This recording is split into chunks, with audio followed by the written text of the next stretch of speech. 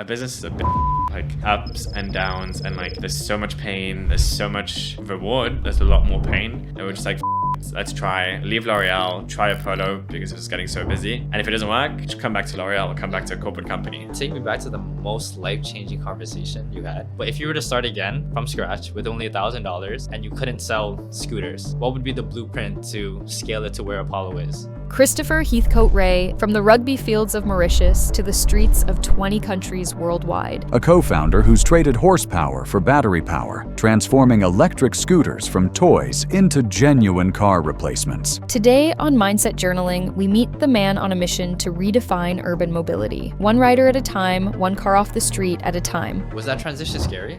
Super scary. Of course, because you work like, I came to Canada and essentially like, then you find a job, it's stressful finding jobs, and then you get a good job and you're like, why would I leave? People always vent about how easy it is to make money online and everything else. It's all bull. It's like if it was easy, everybody would be rich and everybody making money. It's like entrepreneurship and actually making money is very, very tough. It's also very unsexy and very unhealthy running a business. You are working on Christmas, you're working on New Year's, the amount of calls, the amount of family gatherings I miss. People only see the nice things like the cars and the success and whatever money. It's essentially like you're on a roller coaster. You're also eating ice cream. And sometimes in that ice cream, there's pieces of glass that are destroying you, but the ice cream is still worth it. Have you ever felt imposter syndrome? Quick 30 seconds before the episode starts, I just want to say a big thank you for tuning in today. It truly means a lot, and I appreciate you spending the next hour or so with me. If it's not too much, I have a small favor to ask. If at any point you find value in these conversations, it would mean the world to me if you would hit that subscribe button and follow the show. By doing so, it lets me know that these conversations do make an impact and helps the show reach more people who might need to hear this. Thank you. Let's begin. Chris, you and your team at Apollo have scaled this company to over 15 countries, generated 8 figures in revenue, and have 100,000 and growing riders. You've also been nominated as the T3 2023 Best Scooter Award and the Red Dot Award for Best Design. In the simplest way, can you explain to me what it is you're doing with Apollo? In the simplest way? In the simplest way. We're redefining mobility. We're redefining efficient mobility in different cities by introducing an efficient, fun, and just futuristic way of moving within cities, essentially. How does that look like? It just means that, again, most cities are so inefficient. So it's something ridiculous. Like the 80% of people in cities driving cars travel less than 5 kilometers a day. And you don't need a car to travel 5 kilometers less than a day. Mm-hmm. And so when we were doing scooters, we were saying how can you be proud to just, instead of jumping in a car, jump on a different type of mobility device that is good for the environment, that actually makes you have a fun trip to work instead of sitting on a crowded bus or train or in your car, and just overall have a positive impact on the world. So that's why we did it. And that's why, like, if you look at our scooters, you see the Cybertruck lights, you see the integrated speaker, you see the regenerative brakes. It's like, we're not just creating a boring scooter, we're creating something pretty cool. So you're proud and you just enjoy commuting, essentially then dreading it every time. So then, where do you see the future of Apollo and all your scooters? Do you see, for example, we're in Toronto right now, so do you envision a future where everyone is just driving scooters instead of cars? Yeah, I think you see a lot of the cities in Europe, what they've done is they've eliminated all the highways or sort of roads inside of the city, and they've turned it more into like green zones where it's either walking, bike lanes, or sort of tram zones. I think Toronto's going to be the same. Like, you try to go downtown in Toronto, you go to Vancouver, it's like the worst traffic ever. It takes you hours to get a few kilometers. It's ridiculous. That's insane. But the biking infrastructure is not great here yet. But the future, back to your point, is definitely. I think you're just going to see scooters everywhere. You're going to see bikes everywhere. Maybe a bit more regulation, but that's going to be the predominant one. Now, of course, the obvious thing in Canada that gets tough is winter, right? Oh, like you have 6 months. Oh, Yes. So when there's snow and rain and it's cold, of course, people are not going to be commuting on bikes and scooters, but they're mostly going to be moving in public transit. But take the winter aside, in most cities, I think the future is definitely through scooters and bikes. Yeah. When people look at Apollo, well, especially when I was looking at Apollo, Yeah. they see all these stats, all these numbers, all these people they've helped and reduce not only costs, but also give them an efficient way to get around quicker too, right? What has been the hardest part about building Apollo that most people don't see? And that it's a lesson or a warning you can give to futurepreneurs? There's millions of lessons, right? And there's millions of roadblocks. I think, there's so many different aspects I can go into. The hardest part of going Apollo, I think they always say it. I think the hardest part is always in the start. When you're going from, let's say, $100,000 to $1 million is like your hardest points, because you don't have scale, you don't have capital, unless if you're privately funded. Like, so we didn't raise any money. We were doing it just purely through debts or reinvested profits. Getting from 100K to $1 million is very tough because you're facing all this competition. How do you stand out? What is your, why would someone buy your product versus a Segway or another product that's everywhere else distributed? And you have to have a very clear mission. And that was the hardest part. I think the hardest part was building your first 1,000 true fans. Once you have your first 1,000 true fans, everything else becomes easier after that. And the way we did that was through customer service. Like, we were just buying scooters from China, putting our logo on it, sort of OEM branding, because you just didn't have the capital to design and fully have your own production cycle. Yeah. And we built our 1,000 true fans through just an impeccable customer service, great warranty, and just like really cool content and videos. So you create your base, and now it's probably the hardest. Now, that was in the start of the company. Then the second phase of the company, when we started manufacturing our own scooters, the hardest part is quality control, sourcing. And again, you're producing, thousands, tens of thousands, close to 100,000 of scooters. And these scooters are liabilities, right? You can go up to 80 kilometers an hour. So one small production twitch, one bad raw material supplier production, it can be very dangerous for any rider. So that was the next phase that was incredibly tough to manage, of how do you get the right quality control and procedures in place, because scooters, lots of people don't know this, but the scooter industry only started in 2016. It's not like bikes or e-bikes that have started since 20, 30 years that have really sophisticated production cycles. Scooters are new, so we had to learn anything from scratch. Yeah. And there was no rule book. There was no, this company is doing it perfectly, because nobody was doing it. So they're all learning. There's no standards. There's no procedures. There's no certification on this stuff. So that was a whole production cycle that was really tough. Today, to be honest, the hardest part is probably regulation. So tariffs in the US, with everything that's going on, like one day you wake up and the new tariff situation destroys all your profits, or a huge amount of your profits, which when you're operating a company, like you mentioned, right now we have 26 people at the company. We had 54 at a certain point, right? So with the regulation and tariffs, all your margin gets hit, and your margin is what it also just allows you to operate at the size of the company. And we put a lot of our profits back into just R&D and innovation. So that is a really tough one. The legality aspect is huge and very tough. So just everything from the liability space in the US, lawsuits, etc., that gets very, very tough. And that can also destroy you mentally. It gets really tight.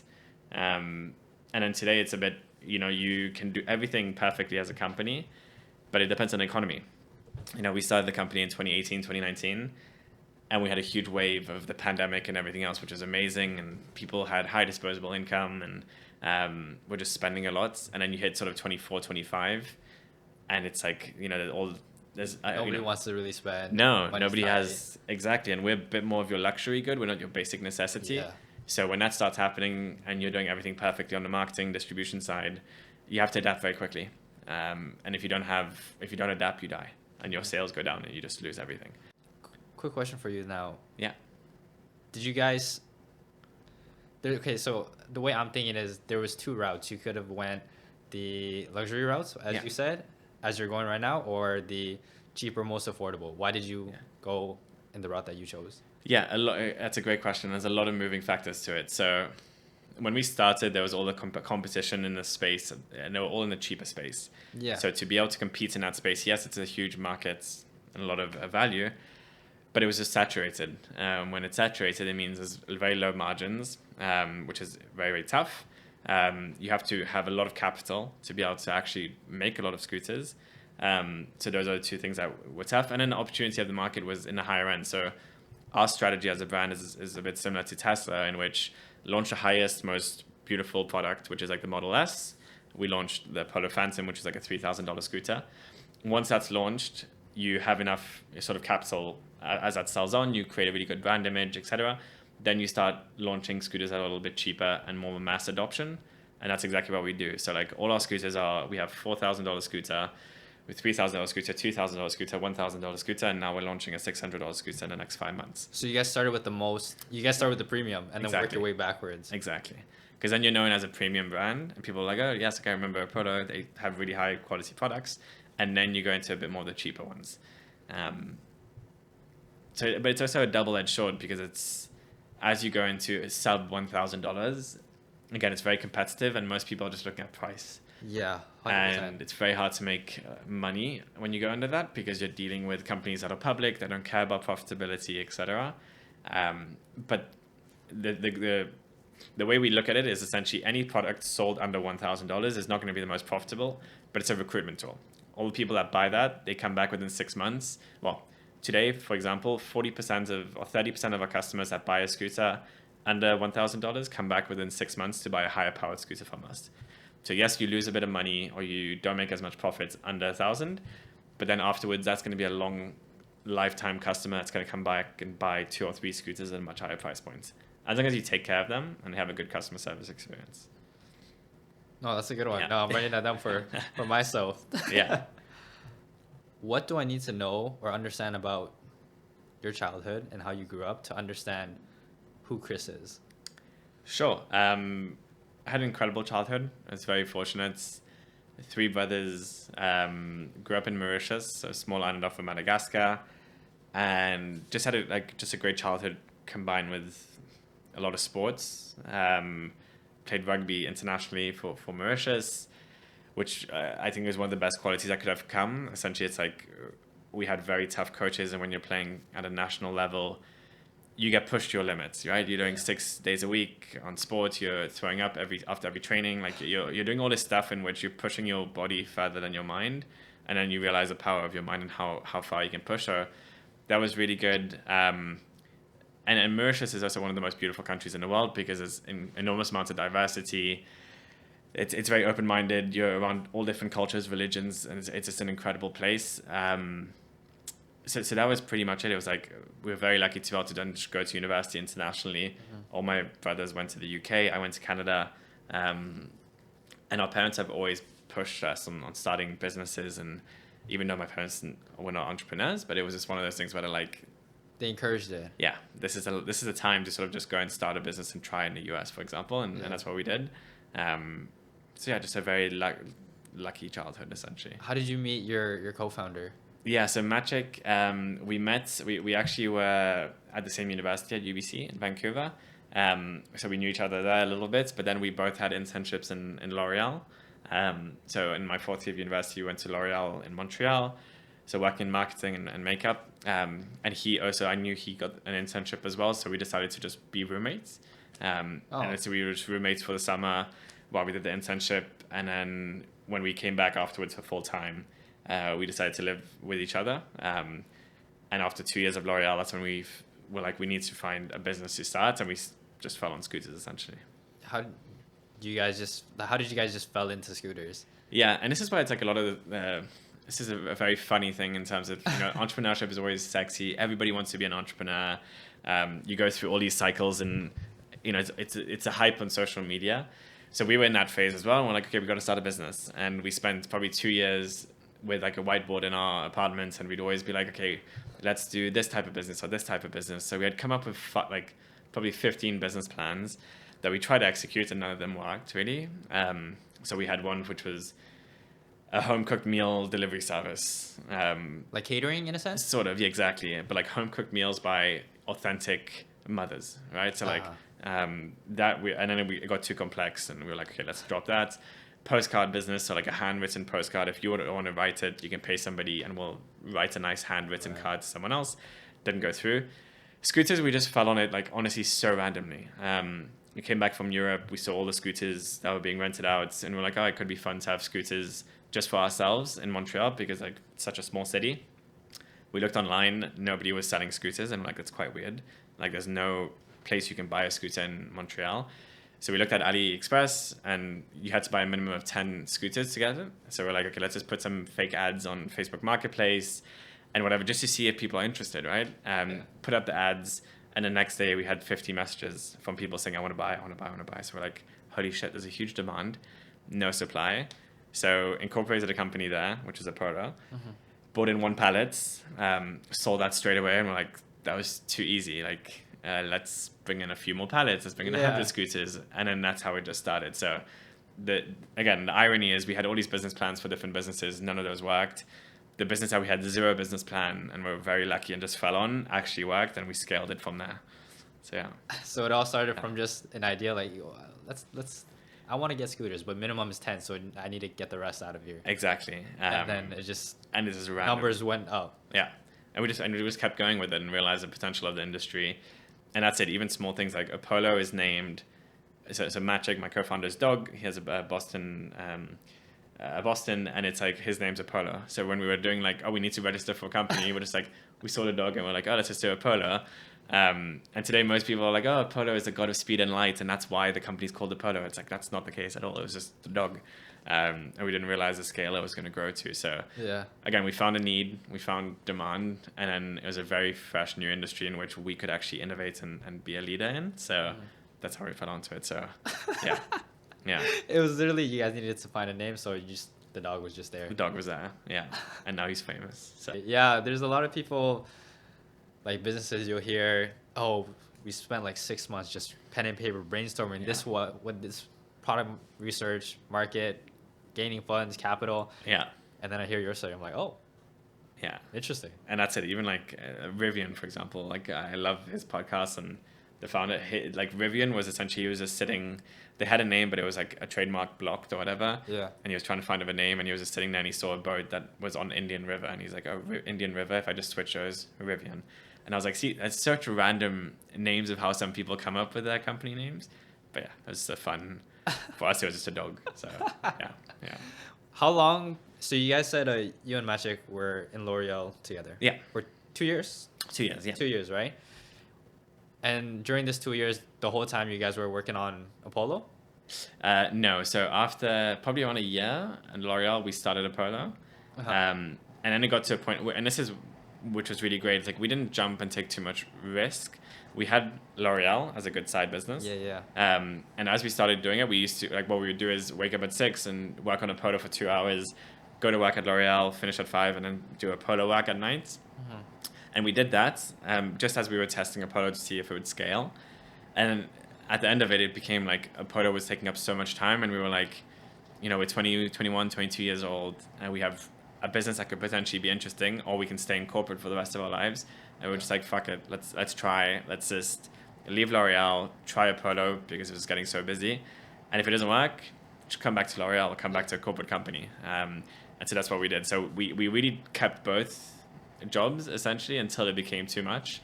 And that's probably a huge recommendation I would do to most people. Like lots of people are like, I'm just gonna take a leap of faith, quit my job. Yeah, exactly. And just go all in. And then they stay unemployed for a year and their business doesn't work. Like, you'll hear the exceptions of some people and it works really well. But for most people, like, why take that risk?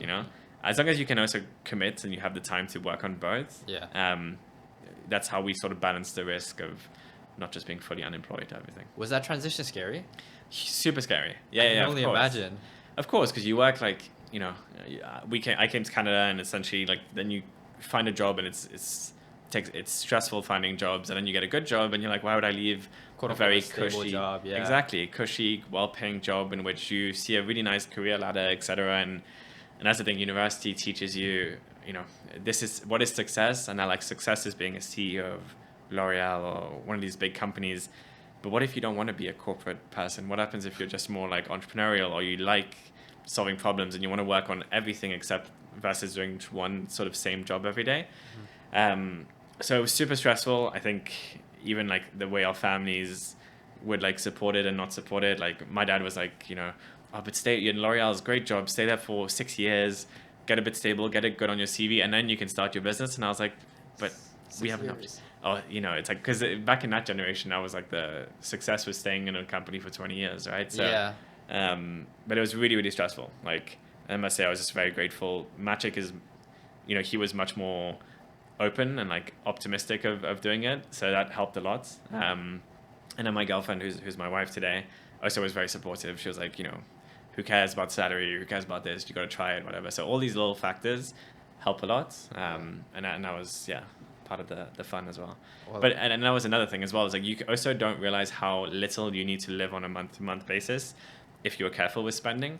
So like, we would have every day just like lentil soup from Costco, and like you can pay the bare minimum if you're not buying your $5 coffees every day somewhere and stuff. So like, it teaches you a lot of how to save and be careful when you don't really have too much of a salary.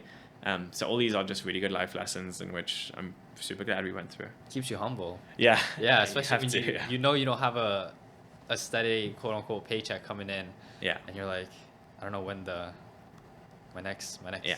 bill's gonna But it also puts a fire under you, right? Like, Yeah. like if I don't work and if this doesn't work, then I'm stuck and I have no salary, right? So it's like, it was good. I need a bit of that push sometimes. So it was, I can also see how people can take it the other way though, yeah. where a sense where, let's say there is a fire in them and they feel all this pressure and then they underperform and then they just self-doubt, beat themselves up, right? Yeah. Yeah. And that's why you need a good support system around you. And that's like, you have to be very careful. It's very hard. Like, lots of people, again, I come from, like, rugby is a big one. Sports is a big one of understanding where to push, what the disciplines are, and having the right people around you is really important, having the right team. And with your friend circles, it's really important. If you're surrounded by friends who all they do is drink, smoke, and just go out and relax and are not ambitious, you're probably hanging out with the wrong friends if you want to start a business, right? Like, if your two best friends are starting businesses and running companies or doing things, you're going to be like them. So for people, I would say that's probably one of the biggest lessons. Like, I played rugby in Montreal, for example, when I was there. And every night they wanted to go out, every weekend they wanted to go out and get drunk. And I was like, guys, it's fun once in a while, of course. Like, we play a rugby game, we have a beer, perfect.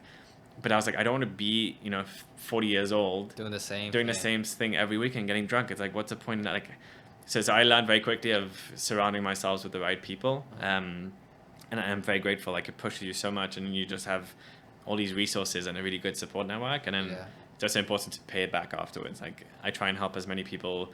Like, I mentor and I teach at school at UBC on like some visitor classes, because you don't have too much time, but just seeing other like-minded people who are just looking for a bit of support is always the best way to do it. But yeah, your circle is so important. And if you're in the wrong circle, change it up quick. Yeah. No, that's very true. What's the saying? You become the average of the 5 people you hang around with. Exactly. Yeah. Yeah. Chris, can you take me back to the most life-changing conversation you had? In Apollo or in life? In life. And how was that like? I don't know what life-changing would. Maybe I can give examples of different ones. I think like a biggest life lesson was essentially probably through rugby again. Essentially, it was like we played. There's 2 types of rugby. There's a 15-a-side where there's 15 people playing on a team, and there's 7-a-side, which is a bit more like faster type of dynamic. So it's a bit quicker. I played rugby my whole life, and like there was, when we were 15 years old, we, you had to do a tryout to play for Mauritius, and go for specific tournaments. And in that year, sort of, you go to a tryout, there's 100 people, they select 15 people, and then you train for 10 months, and there's one tournament that you're working towards, and 2 days before the tournament, out of those 15 people, they only take 10 people to go to the tournament. So you spend, 6 months. So I went to tryouts at the 100, got selected for the 15, and every week you're doing 3 to 4 trainings a week, flat out, full intensity, with all your friends. And then literally a week before the tournament, you get selected or not selected, and you're with all your best friends. So you really want to get into it. So when I was 15, trained for this whole thing, got to the final 15, and then, the day before the tournament, the coach brings all of 15 in. He reads a list of the 10 people who are going to go to the tournament. And it's an under 16 tournament, so we were 15. And he reads the first list after, 10 months of training, and he reads the list and my name's not on it. And I'm like, shit, okay, like I've spent 10 months and you don't get selected. And I was gutted, because I know I could have trained a bit harder. I could have done a little bit more. Like, and you see all your friends going and you feel a bit like a failure. Yeah. So I was probably like the saddest I've been ever in life. I still remember that conversation by heart, and I was like, the pain. But then the next year, so I tried again. I was like, okay, I have one more year I can try because it's under 16. Was much fitter, was much more disciplined, went to the gym a lot more, like really pushed myself to just be better, to make sure I'm selected. Went through the same process again, 100 people, it goes on to 15. I was selected in the 15, like 10 months, really hard, and you could see like the progress, and it was really nice. And then the day before the tournament, same process. He goes through the list, and he reads 8th, 9th, and on the 10th name, my name's not selected either, and I didn't get it. And then, but the feeling on that second time, I felt zero remorse. I wasn't sad at all, because I was like, the first time I knew I did it like 70, 80%, like I could have done more, and I just felt like shit because I didn't do it. On the second time, I gave my 100%, and I did everything I could, and at that point, I couldn't, and that's sort of the philosophy and probably biggest life lesson I've learned, is that if you don't give your 100%, you're going to regret whatever percentage you missed out of, you're going to regret it. It's the same with the polo. It's like every minute I don't spend on a polo, or that incremental sale, that incremental thing, if we fail, I'll always think, what if? Yeah. Versus giving 100%, if it doesn't work, it doesn't work. Like at a certain point, you can't beat yourself up. And there's things that just happen naturally, right? So that's always been a really good one for me. And it's just like, that's why you don't procrastinate at work. When you're sitting there, if you're on social media and you're doing other things, you're to blame if there's a failure, right? Uh-huh. So you just got to make sure you're keeping yourself accountable. And that's probably one of the biggest life lessons I've learned. I have others, but I mean, it's all on discipline related focus. Yeah. So that story, what I got was your relationship with failure was really good, because you learned that, or you've experienced, if I don't give it my all, then I feel like shit. Exactly.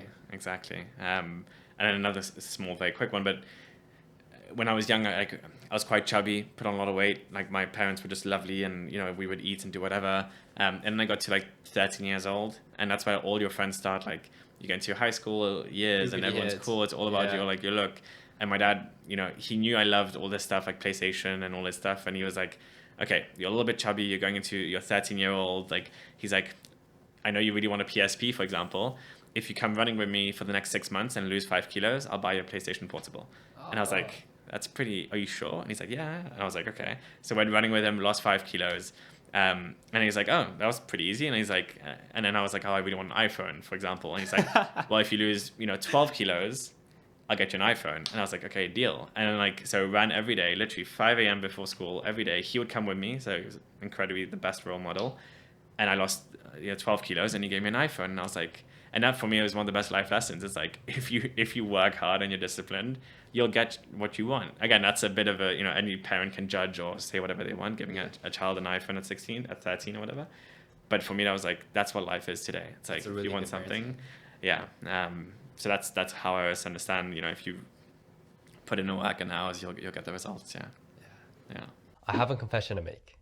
For a long time, I've been gatekeeping this. About 6 years ago, I implemented one habit that completely changed my relationship with money. I started tracking every single dollar that went in and out of my accounts. It began completely manual, from pen and paper, then somehow moved into my Outlook calendar. Weird, yeah, I know. And eventually evolved into a fully automated spreadsheet. And that one habit changed everything. It gave me complete clarity on how much money was flowing in and out of my accounts. No more guessing, no more feeling anxious whenever I opened my banking app. I could finally see why I felt like there was never enough left over. Most people think they have an income problem, when in reality, they just have a clarity problem. That's why I turned my personal system into a digital financing template, so you can replace financial stress with clarity and start designing your life with intention.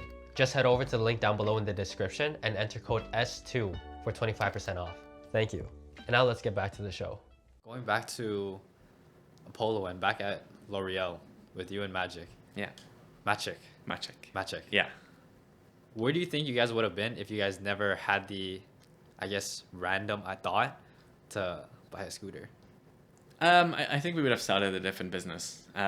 If it wasn't scooters, it would have been something else. Uh-huh. Again, we still talk about it all the time now, right? Like what different businesses, what options. So it would have been something else, I'm sure. because L'Oreal, as great as it was, and we had really good mentors, and it's a genius business, and they do things very, very well. If it's not for you, you're going to get out of it and you're going to find something else. So when you have that itch of wanting to problem solve and like just create something, you'll find it. So I don't know what business it would have been, whether it's pets or anything else. But you would have made something happen. Yeah, for sure. Yeah. One way or another. Yeah. You have to. It's just like, just depends on your personality and what you want. Some people are made for corporate and they love it and they want to be there and that's it. My personality is not that at all. Like I love people, I love problem solving, and I think that's why doing a business is probably the best thing. But the biggest realization is also not doing it alone. I would have never been able to do this without Magic, a co-founder. Like he's complete opposite skill set, different personalities than me. And at first that created a lot of tension because like you don't understand how other people work. Yeah. And then we just got through it. And today it's like the best, like he's one of my best friends, right? It's like every day we're talking about everything. I trust him. He takes care of all the finance, marketing, everything else. I take care of all the sales, legal and operations and customer service.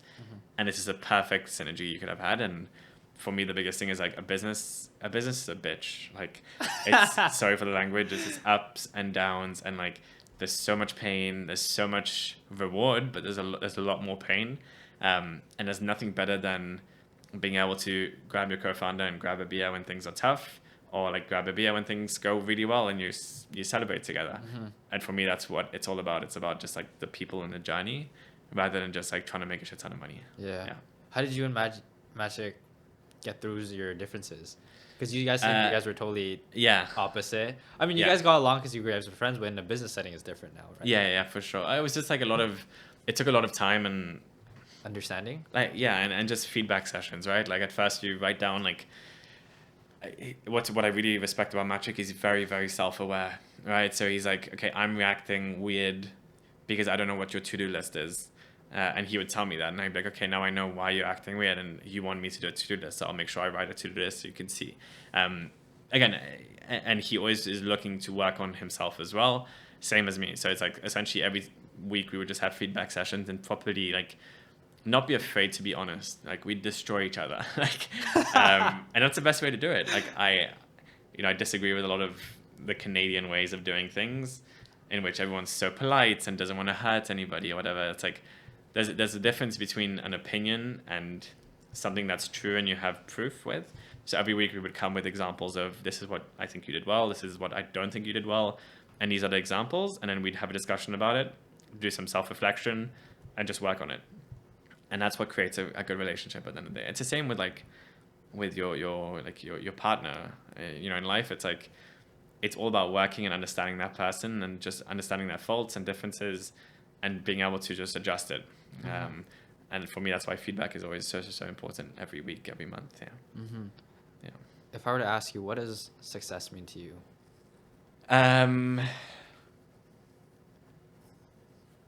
Well, what is it? I mean, there's like the Winston Churchill quote, which I think is the best.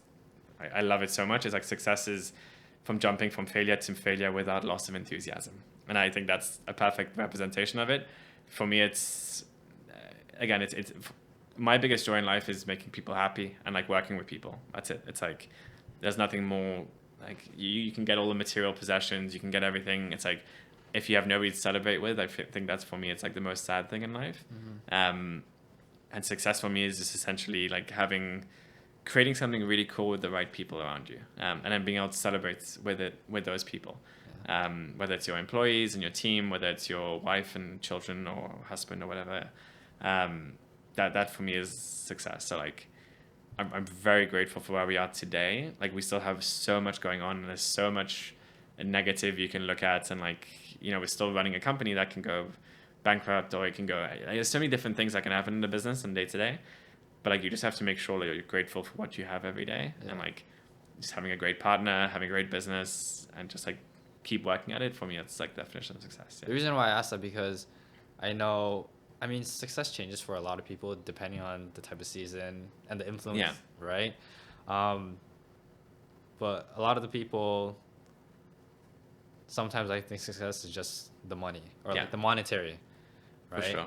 Yeah. And the reason why I asked what your definition of success was is because from an outside perspective, looking at Apollo, what you guys have done, your stats, whatever, 6 years in business, 7 years, 6 years, yeah. 6 years in Yeah. business, grown and scaled this much. Well, to me, I think it's pretty quick. I don't know about your opinion. Yeah. But to me, I think it's insane, Yeah. right? And from an outside perspective, people could think and look at you and be like, wow, this guy's successful. Yeah. But what is something that they misunderstand about you? Yeah, but and there's also a different aspect of it. Like, when you're trying to run and grow a business, you have to understand what is your goal, right? Like, when we started the business, the goal was to be the best electric scooter company in Montreal. Not even Montreal, in like it's downtown Montreal. And then you have your competitor just down the street that you're always trying to beat. And then, okay, you outsell them, and you're like, okay, great, we're now one of the best in Montreal. And then you become the best in Montreal, and then you're like, okay, how to become the best in Canada? And you become the best in Canada, and then you want to be the best in America and the world. And it's always, it's an endless, it's a hamster wheel. Like, you always run after it. Like, and today we realized that very quickly. Last year, like, we keep on growing and growing and growing. And at a certain point, you're like, now our goal is essentially to beat Segway, which is close to $1 billion company. Mm-hmm. And we haven't raised money. We're a team of 26. Like, there's no way we're going to realistically do that unless we completely change the whole dynamic of the company. So one of the things that is really important is to understand what you and your partner want. Like, what is the goal of the company? Is it to make it the biggest company in the world? Is it to sell it? Is it to hit a certain milestone? And I think we got a bit lost in that when we were growing the company, trying to chase Segway. And it's like, you're going to burn out, right? You're going to burn out. You're going to go crazy. And that changes a lot. So understanding a bit more what your success metrics are and just dealing with it is huge. Listen, me and Maciek are like, we're same age. We're very family driven, and we're very like, the goal of Apollo for both of us is not to become billionaires, right? And just try and like make the biggest scooter company in the world. I think it's sort of to definitely be one of the best companies in scooters, stay in that luxury space, but just be distributed everywhere, and just have a really big company sort of you're proud of.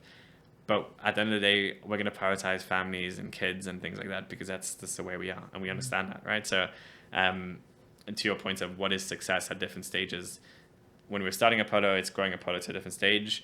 When we have kids and stuff like that, that's probably going to be a different type of success, right? And knowing, because you can't be good at everything. Yeah. So you're going to have to balance it and understand what your priorities are. But for now, it's still growing Apollo and just getting it to the next level.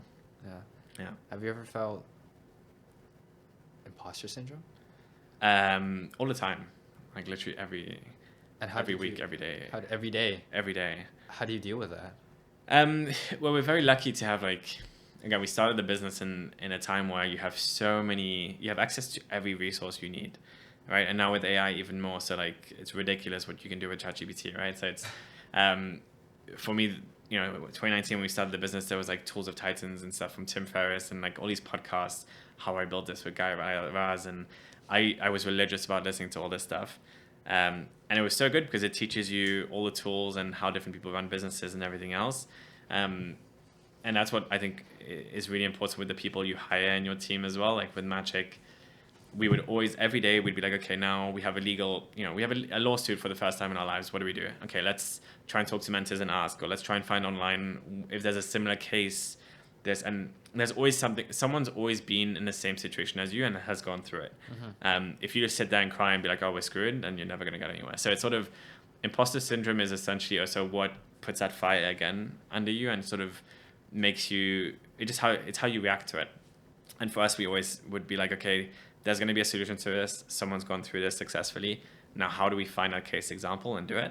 And I love imposter syndrome. I think it's like, if you're comfortable, great things don't come out of comfort. Great things come out of being in distress or having imposter syndrome and like finding a way out somehow. And that's what life's about, right? You're going to face problems in different ways. So I think it's good to have imposter syndrome. And if you're not doing imposter syndrome, you're not sort of aiming high enough, I think. Yeah. I like that one.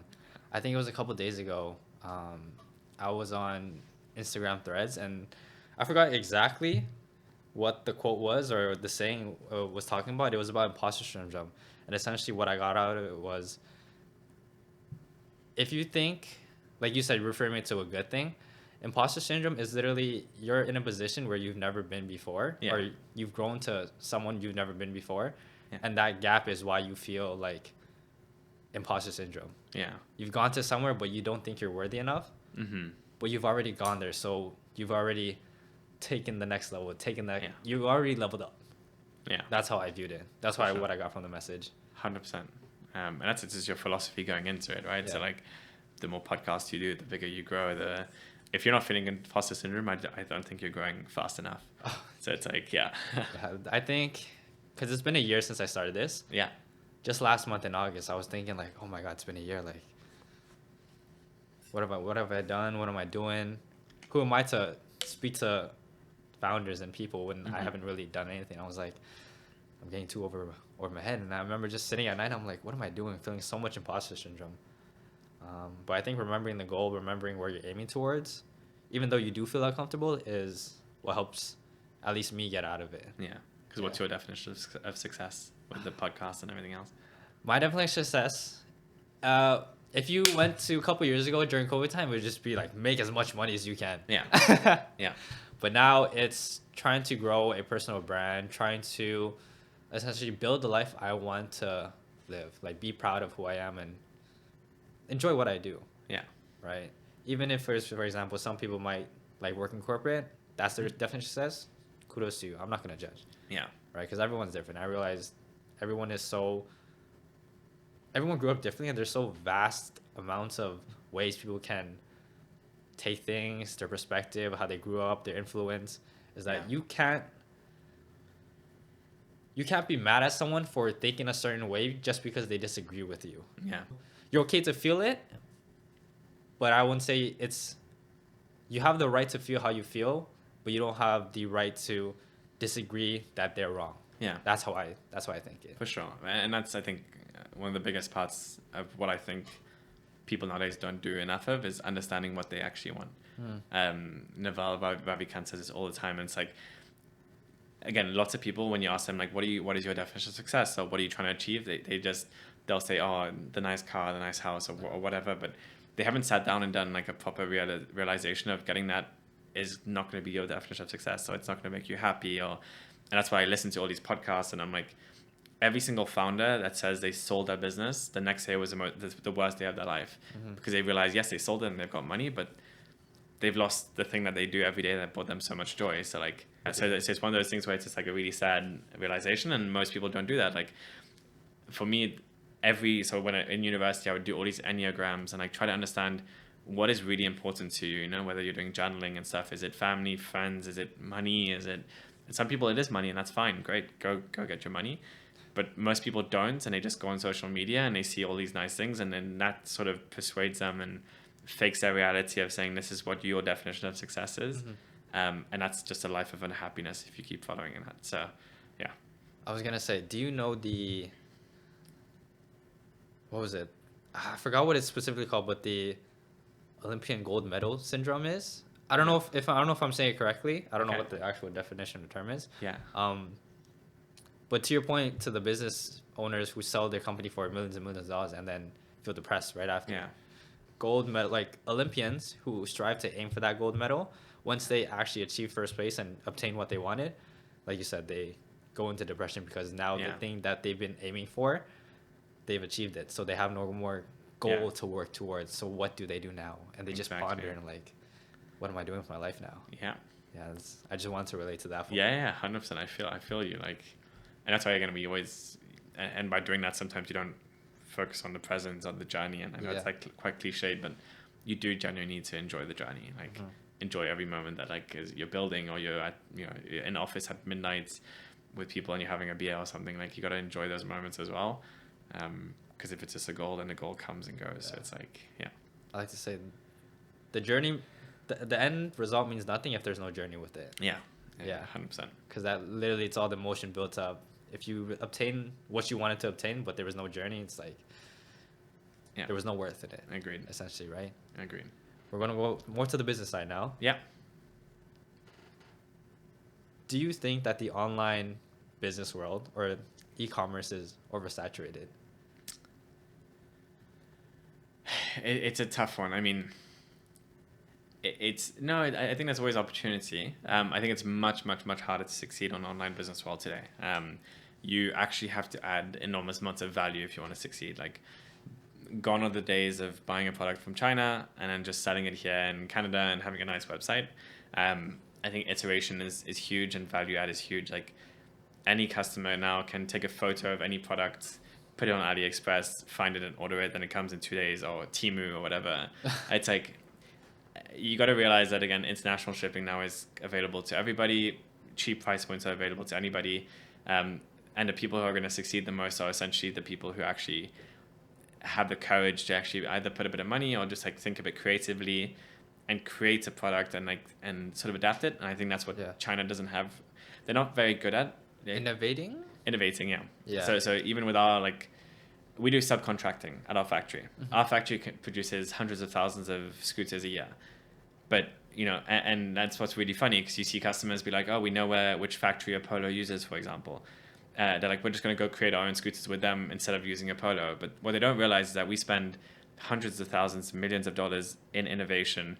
We do all the CAD designs. We do everything. We get all different supplies. Like, we're the ones who create all the scooter, and then we tell the factory how to do it, and then they do it based on that, and it's our sort of patents and trademarks, etc. Oh, okay. So anybody can go, but if you try and just go and say get the same scooter, the factory won't build it, because it's our mold, but like 90% of the success is the creative aspect of it and innovation.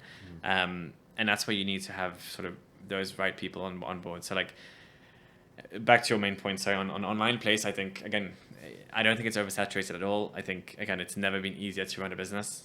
Like, you literally can create a website without knowing how to code. You can put all your ads on Google and Facebook or social media. I think the hardest part now is essentially the innovation and the creativeness. So innovation on the product, and then creating content that's going to make your product stand out. Because there's so much garbage on the internet, right? Like, trying to find the right product nowadays is like impossible. So it's all about how do you get that product in front of the right people's eyes? How do you make the product the right thing? And then just finding a creative way to showcase that. Yeah. So, and that's what we're struggling with at Apollo. It's like, in the start, it was so easy to sell scooters because not a lot of people were doing it. So we'd have a few YouTube videos and boom, your traffic's through the roof. And then the second phase was, let's just spend a shit ton on Google Ads and the conversion still makes sense and you still make a lot of money. Today, it's impossible. Like, the amount of Chinese companies or local companies that come with the worst product, but that are bidding and putting all their budget on Google Ads, that increases the price of all the Google Ads. So today we don't spend a lot on Google Ads because it's just inefficient. Like, you can't make a lot of margin on it because of it. So what's the next way to make money and find like get purchases online without using Google Ads? It's like SEO. It's really, really cool content on YouTube with the right partners, and it's through blogs and affiliates. So you always have to find ways to innovate. So yeah, I think that's the biggest lesson. It's like, I don't think the online space is saturated at all. I just think you have to be much more creative and do a lot more work than you had to do 5 years ago. Yeah, because there's a bunch of just when a site is there, just drop shipping. Yeah. Like, I open it, I look, I'm like, oh, there's no work done, just stock images, no pictures. There's a bunch of just, like you said, like garbage sites or garbage products or whatever, just floating around on the internet. For sure. Yeah. And that's it again. How are you adding value? The more value you add, or the harder it is to sort of sell that product, the more likelihood you're going to succeed. Like, we sell scooters, which scooters break. Scooters need maintenance. There's so much complexity around scooters, and you need to have repair infrastructure and centers. You need to have reliable warranty that someone knows that when they buy it, if there's an issue, you're going to help. And that's why our business model is great, because there's very high barriers to entry. You can't just start a scooter company tomorrow and succeed, because you need a lot of time, capital, and operational effectiveness to understand the business model. You need to have repair centers you can fix those scooters. And all of that is very hard to also do profitably. So that's why lots of people don't come into our space, which is great. Versus, less if competition. you're selling, exactly, less competition. But if you're selling a pen, anybody can just buy it and sell it. There's nothing pre-sales cycle, right? So yeah, I think that's it. How can you innovate more and just think about adding more value and not just selling on Amazon anymore? Because even China, like, all the factories in China now are doing it directly. They're cutting all the people out of the US and they're selling that product directly, because why have that middleman who's making all the margin when they can make it? Yeah. So would you say the number one thing most people, at least starting off in the online space, is just they don't provide enough value. Yeah, 100%.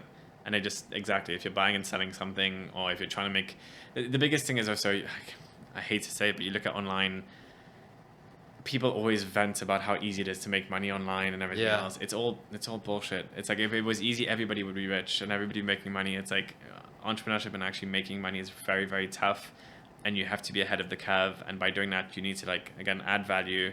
You need to find trends at a certain point quicker than everybody else. And then you need to, once you start it, you need to sort of try and find ways to never be copied in different ways, right? So that's why having your trademarks and having a bit of unique design or added value is huge. So yeah, it's a tough one. Yeah. If you had to distill or break down Apollo's, I would say, success factor, Yeah. right, into two or three principles, aside from just adding value, Yeah. that could help, for example, someone building a business, let's say in the online space, Yeah. because that's what we're talking about right now. What would be those two or three principles copying Apollo that they can implement into their business? Hiring the right people is number one. Like, people are everything. It's just like, you need to find people who are ambitious, who are going to go above and beyond, and just not take no for an answer in different ways. Like very simple examples, like our CTO, Elwa, he's an incredible designer. He knows exactly what to do. Like, has he gone to engineering school to understand exactly how to design a scooter? No. Did he have any experience in manufacturing before? No. And now he runs literally all the manufacturing for us because he had the desire, and he was in love with what he did, and he had the enthusiasm to do it. And he went on to win the Red Dot Award for his scooter. Like, that's unbelievable. Same with Magic, for example. He'll get any scooter to be put in the right magazine or in the right place at the right time. Like, his way of doing marketing and effectiveness is, he'll never take no for an answer, and he'll find a way to succeed. And even me on my side, for example, on the sales side, like, 2 years ago, if you asked us, like, would you be able to sell in Best Buy and everything, we'd say, no way, it's impossible. Today, we're in 650 retail stores, right? We're in all the Best Buys in the US, we're in Virgin mega stores in the Middle East, we're in all the retail stores in Australia. Like, it's insane. So it's like, it's all about the mindset of how your team is there and how they're pushing each other and how they all work together. So you need to make sure you have a team that, like, sets the bar so high and doesn't take no for an answer, because there's always a way to get there. And that's people. People are everything. That's like probably the biggest success of the company. Yeah, and again, there's very cliche like rules and stuff, and we have this in our company, and which is really important. But it's like, land the first win is one of them, which is essentially just like get it out. Just like, if you're creating a new product, well, if you're trying to do a new process or program, just like land that first win, which is, it could be prototyping, it could be launching in one Best Buy store, it could be having just one of the right things before trying to make it perfect. Like, if you're trying to make it perfect and launch in all stores, you're never going to get there. It's really, really hard. Versus sort of baby steps is always really important. So landing the first win is a huge success factor. I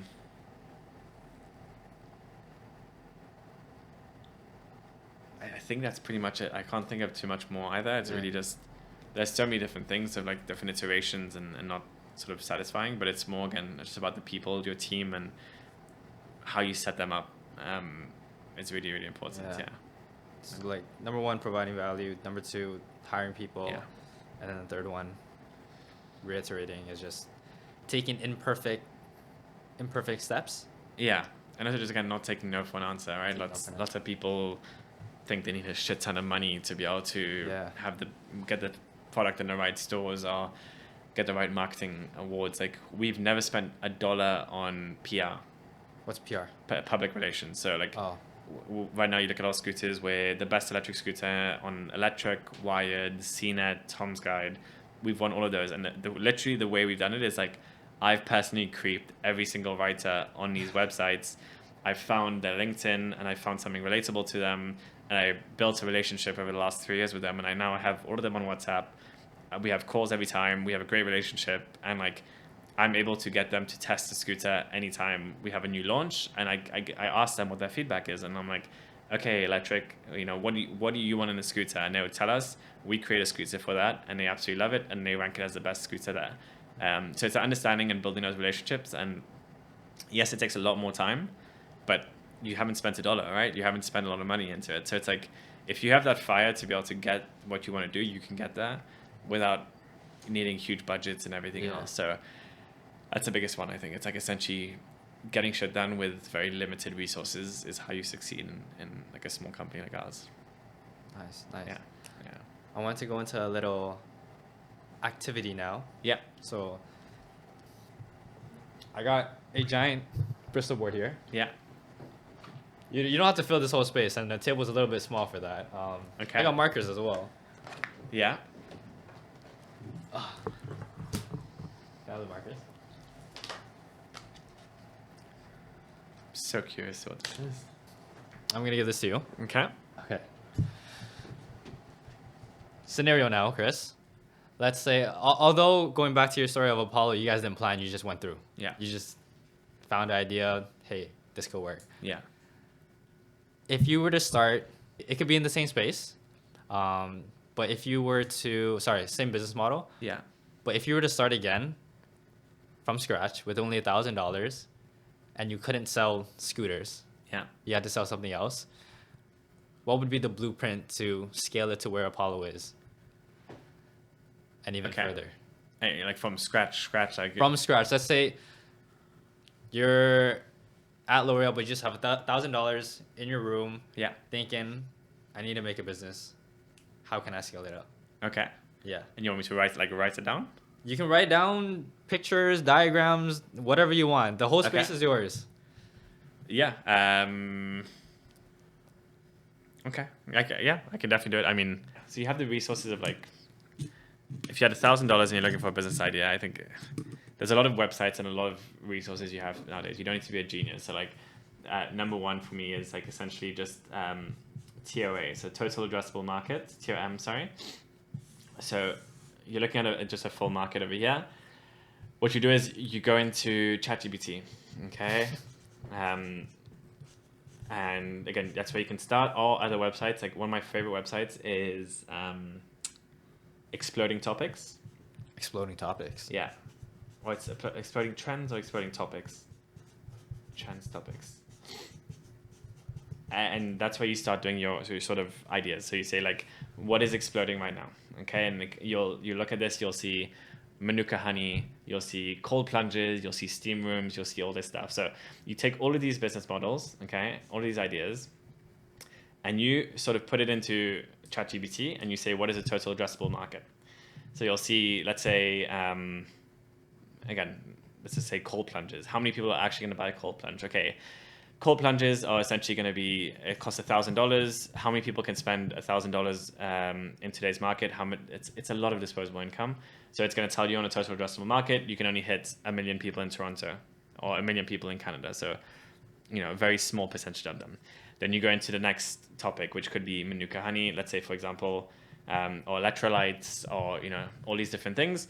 And that's going to be something like $20 per sample, which means it's much cheaper, much more affordable for everybody else to enjoy.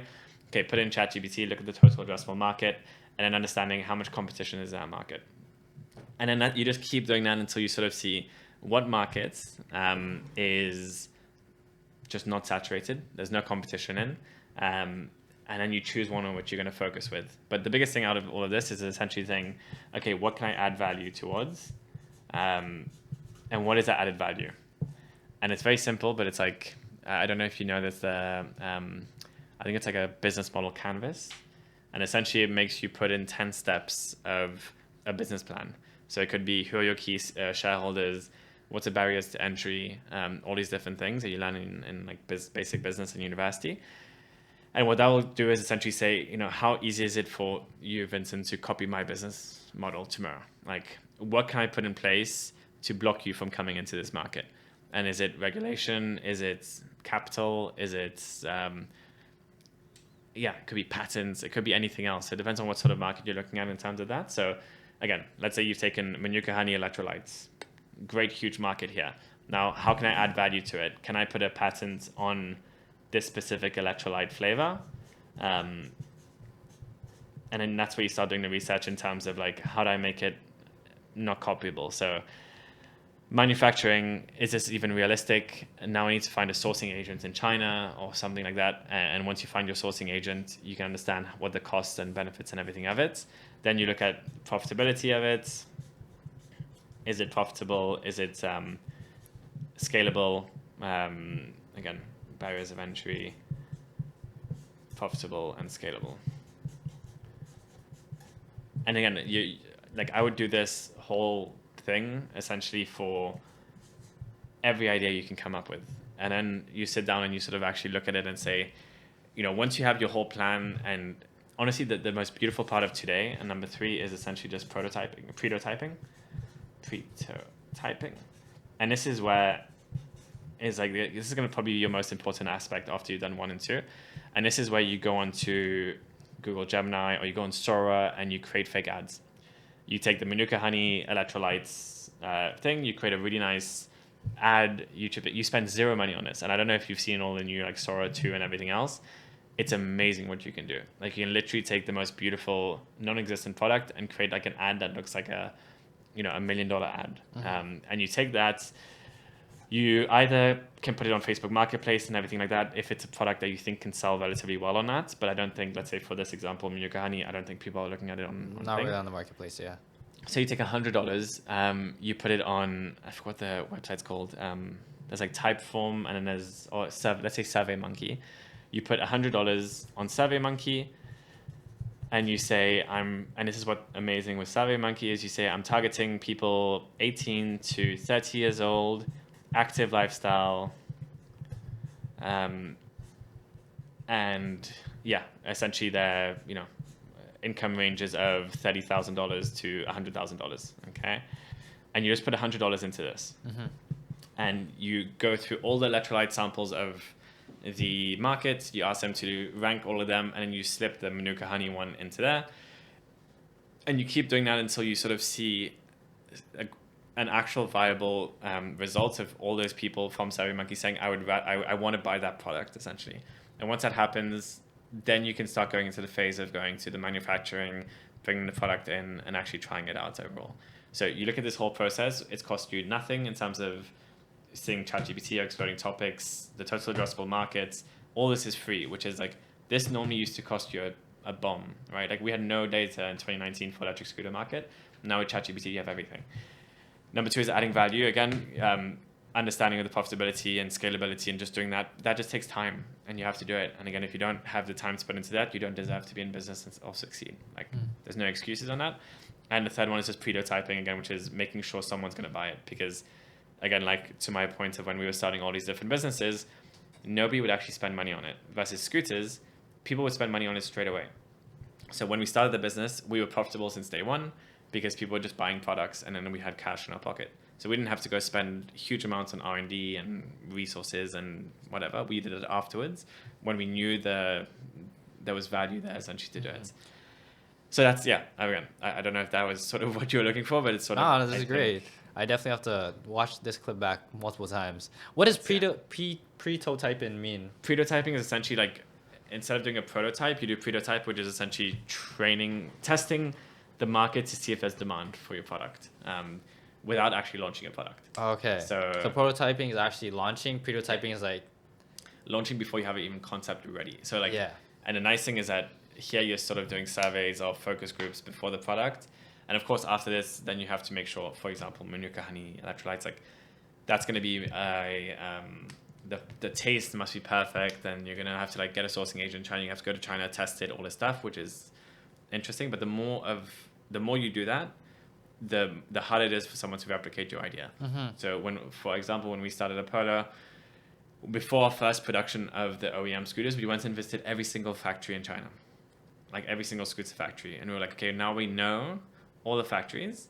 We spent the time, we spent the money to actually go and see it in person. So anybody who wants to create an electric scooter company in Canada without going to China knows nothing about the industry, and we're going to be way ahead of them for that. So small things like that. It's it costs us not a lot of money to do that, and it sort of puts you at a huge advantage of knowing what it is. And it's the same. So for us, launching our scooters, we created the ads, put it on Facebook Marketplace and Google Ads, and that's prototyping. We didn't have the product ready. We hadn't bought the product. We were essentially seeing how many people would actually be willing to put money today to that product before actually going forward with it, essentially. So you were on step 3 before you even realized it? Yeah. Before we even spent $1 on anything, we were on step 3. Interesting. And that was our validation to try it. Worst case, you lose. Okay, you buy 10 scooters off AliExpress or whatever. It costs you $5,000. Worst case, you lose $5,000, which is a lot of money, but it's like that's a risk reward that you have to do if you want to build a business at a certain point. Yeah. No, this is it's helped me. Yeah. I don't know if it helped anyone else, but it's helped me. Yeah. And that's the thing again, like I know people complain of like, oh, I want to start a business, I just don't have any ideas or whatever. I'm looking for the right idea. It's like, guys, you have ChatGPT. Like, literally, ChatGPT can build a whole business plan for you. So like the hard part now is not about the research and seeing what the identifiable needs are. The hard part is execution. So it's always been execution. Always. People are always wanting to. I said this recently. It's imperfect actions over perfectionist planning. Yeah, that's what I want to say. And it's better to just like do a lot of mistakes, but actually move forward than do 0 mistakes, but stay at the same place, right? Like it's so stupid. And some people are always scared about that. And again, we have so many resources. We have so many books that you can read. Like everybody's done a business and they've shared their whole blueprints. You just have to spend the time to read it and go through it to understand. And you'll find a way. If you have the fire, you'll find a way to succeed in the business. Yeah. Nice.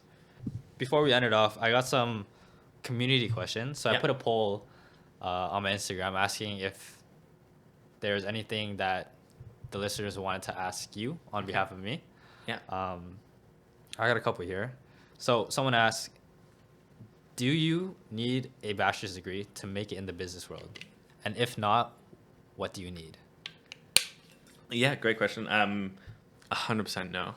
You do not need a bachelor, like no way. A bachelor degree just says that you've gone through exams and studies for 3-4 years, and those studies are probably irrelevant anyway. Like, you know, the bachelor degree that I did was great because you meet really good teachers and for me, it's all about the network that you meet, but everything is online nowadays. So like understanding budgets and like how to break even and fixed cost, variable cost is really important. But again, as long as you're willing to learn, your willingness to learn and your fire is much more important than any degree or anything that you have.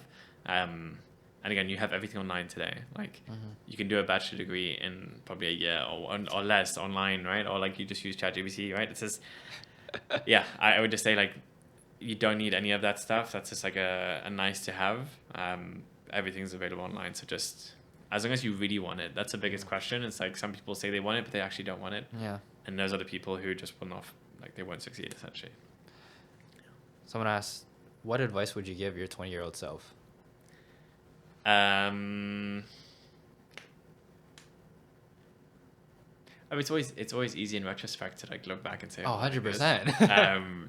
But like I think I did pretty well as a 20-year-old. Like I'm super happy with. I've always been curious and I've always pushed myself to like always like challenge myself, like understand myself and like journal and like just really spend time of just enjoying the moment, being present, being grateful. For me, being grateful is always the most important. Like every morning, every night before going to bed, it's like a prayer of being grateful. What are the 3 things that you're most grateful for the day, and what are you looking forward to for the next day? But back to your question, I think it's just like maybe enjoy the journey a little bit more. Like stop being so stressed about the next step. Just like there's things in the future you can't control. There's things in the past that are gone and it's already done. So just enjoy the moment a little bit more. That's probably it. Because like the stress you have growing a company is the worst thing in the world, but it's also the best thing in the world. So it's like a double, yeah. And that's what, again, I know I'm switching this up a bit, but like going back to the people wanting to start a business or whatever, it's like, guys, it's also very unsexy and very unhealthy running a business. Like you are working Christmas, you're working on New Year's, the amount of calls, the amount of family gatherings I miss, like all this stuff is like, people don't talk enough about it, and people only see the nice things like the cars and the success and whatever money. It's a lot of sacrifice. And it's always, again, it always looks like the grass is green on the other side. When you're in corporate, if that company goes bankrupt, you walk away with nothing. If it's your company and you have personal guarantees, you walk away like you owe the bank millions, right? So it's like, there's all these different things of sometimes you just got to enjoy it. And having done both of it, if I went back to corporate, which I wouldn't, if I went back to corporate, I'd be much more at ease being like, okay, I have no responsibility really. I have no ties, whatever. But when you're in corporate and you haven't gone for a startup, you don't feel that. So it's just like, again, it's not all rainbows and butterflies. but enjoy the journey of where you're at. Yeah. Last question I gotta ask. Looking ahead in 5 years, what would you say would be the biggest threat to your current business model, and how are you prepared for it? Okay, next 5 years, biggest threat. The biggest threat is external factors for us, unfortunately. So external factors, and that's easy to say, but like I genuinely believe in our team. I think our team is one of the best marketing teams in the world, best like innovation and product teams in the world, and software teams. Like they're not the most experienced, but they have the most drive, and I think I would take drive over experience any day. The biggest threat is external, in which tariffs from China to the US, it's liability in the US with lawsuits and like liability insurance, which costs a bomb. All these small things destroy your margin. So at a certain point, it won't make sense to sell scooters if this current environment keeps going. And I'm sure it's the same for so many businesses, right? Like tariffs can kill your whole margin. So that's the biggest threat. And the worst part is that we have no control over it. So it's sort of saying, well, it's diversifying to bikes and diversifying to different countries. And that's what we're doing now. So like in the last year, we've expanded to New Zealand, Australia, Dubai, Middle East, and there's many more countries. That's my job right now. Is like, how do we diversify away from the US and Canada, mostly the US, because that's the majority of our business, just to make sure that if like US puts 100% tariffs on China, that we can still survive the business model overall. So that's it, which is really annoying, and it's so unfair, but that's what business is. It's so unfair. There's so many things it's just out of your control. It's like, you can be mad about it, but it's like, it's not much you can do about that. Yeah. And that's why a huge portion of people say it's also luck. There's a huge portion of luck in business. You also create your own luck, but there's other things that you have to also always be ready for and just ready to adapt and pivot. So that's pretty much it. Yeah. Final 2 questions. You ready, Chris? Yep, go for it. What is a question you wish more people would ask you, but they never do? It's a very simple, not stupid, but it's sort of like a very simple one, which I think in general, I wish more people would say, how are you? And then be like, how are you actually? Like, how are you really doing? You know, because that's like the biggest, easiest thing. Like, we become so accustomed to be polite and whatever, and every day everyone, you know, how are you? Good. How are you? That's always a classic.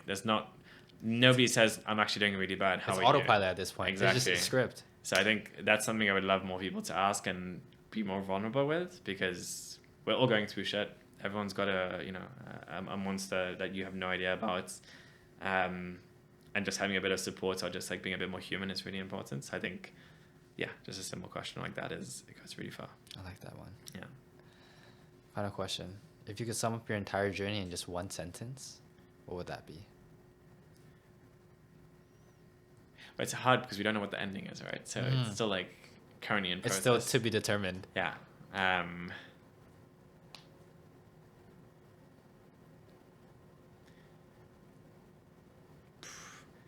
trying to be creative with this one. It's essentially like you're on a roller coaster. You love roller coasters. You're on a roller coaster. And you're also eating ice cream. And sometimes in that ice cream, there's pieces of glass that are destroying you, but the ice cream is still worth it. And you're doing it with like your best friend and a really good group of people around you. So when you hit the glass, it's sad and you're crying, but then the glass goes away and the ice cream's actually amazing and you're on a fun roller coaster going up and down. That's like literally the sum of a business. It's essentially, there's super highs, there's super lows, you have no idea where it's going. And that's pretty much, I think, a bit of the whole path of business. So it's still fun. And for people who like the glass reference is also, if you haven't read the book Hard Thing About Hard Things, it's the best book I can ever recommend before starting a business. Hard Thing About Hard Things? Yeah, by Andrew Horowitz, I think. It's the best book ever. Like, if for someone who wants to start a business, that is the book you have to read, because it gives you a really, really, really honest insight into businesses and why it's so good and bad. But yeah, probably one of the weirdest answers you've had. But it's the most creative one so far. Yeah. I like it. Yeah.